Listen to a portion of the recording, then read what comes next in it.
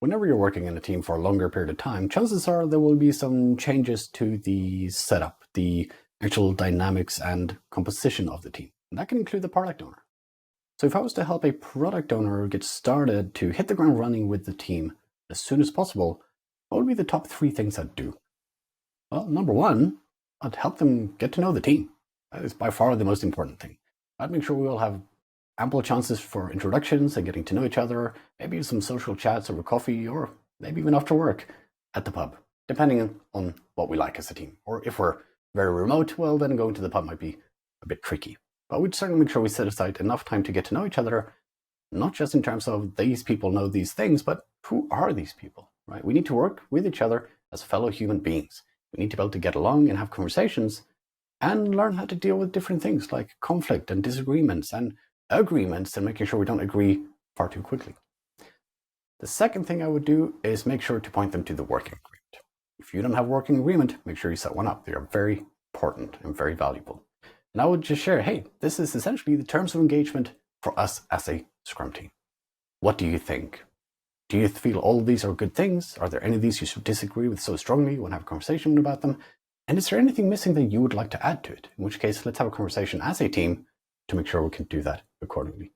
But most certainly, point them to the working agreement so they can understand this is how we all like to work together. The third thing is I would actually work with them to help them understand how the product actually behaves. If they are a product owner, they should be a domain expert already. They should know, hopefully, about the product, what it should do, what outcomes we're looking for, where the value is, what are we working towards in terms of a product goal and vision. What they might not know is the actual technical behind-the-scenes behavior that they might have not been privy to coming into the team from externally, be it externally from within the organization or externally from outside of the organization.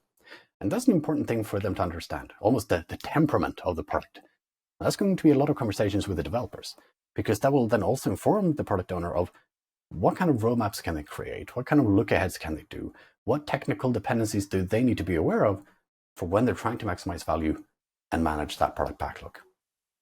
With those 3 things, getting to know the team, making sure they're part of the working agreement, and getting to know the product, they should be able to hit the ground running much sooner than later.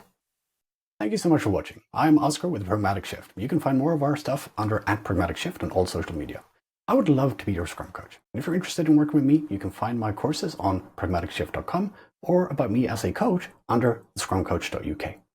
Please do like, share, and subscribe. It really helps us out and gives us further reach to get to more professionals to help them on their journeys as well. Thank you again for watching.